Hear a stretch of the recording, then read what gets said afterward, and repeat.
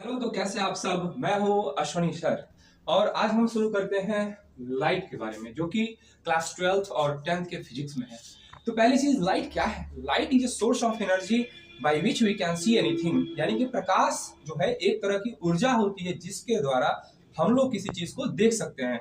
Suppose कि ये light चली गई, पूरे रूम में अंधेरा है, तो क्या हम इस मार्कर के कैप को देख सकते हैं? नहीं देख सकते हैं, because there is a no energy. अगर हम बोल पा रहे हैं तो आवाज निकल रही है, तो ये भी एक तरह का ऊर्जा है, साउंड एनर्जी। ओके, लाइट में के चैप्टर में बहुत ही इंपॉर्टेंट है हमारा reflection of light. Reflection of light यानी कि बोलते हैं प्रकाश का परावर्तन।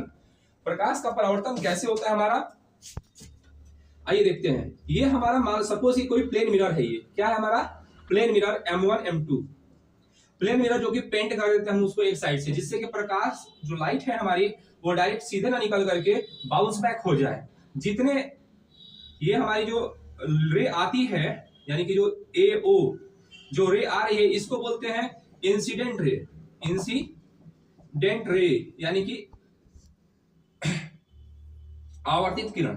फिर यहां से जो टकरा करके वापस ये लाइन जितने एंगल पे आती है, ये हमारा नॉर्मल है O और O डैश, इससे जितने एंगल पे आती है, यानी कि ये हमारे AO और OO डैश के बीच में जो एंगल बनता है, एंगल I होता है, सेम उतने ही एंगल पे एंगल R, यानी कि OO डैश और OB के बीच में जो एंगल बनता है उसे एंगल R कहते हैं।